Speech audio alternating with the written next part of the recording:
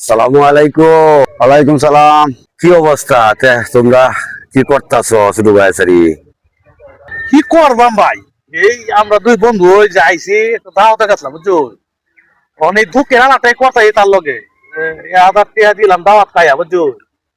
কি তা দিছে ভাই ফ্যাট খাই হুল্লাই গিয়ে আই দেখতে স্পিড খাইয়া গড় গড়াইয়া যায় ওর ছাড়লাম বুঝছো। এই দুঃখের কথাটাই সৌদরে কইতে দি সৌদ দেখ দোষ এই আফগান মানুষ সবাই দাওয়াত খাইতে গেল বেজন।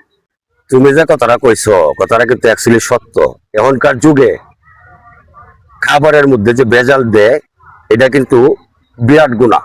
এইটা তো জনগণে ভাই বুঝে না।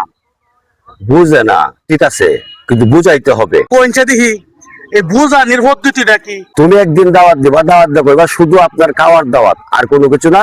যাবেন, খাবেন, দোয়া করবেন, চলে আসবেন। আচ্ছা অন তো ইকলাম অন থেকে দাওয়াত খেলে ভাই কায়াম। হ্যাঁ ঠিক কইছস। ওখান থেকে দাওয়াত খাইলে এই বাই খাই আম গিয়া, আর দাওয়াত দিল দণ্ডে এই বাই দেব।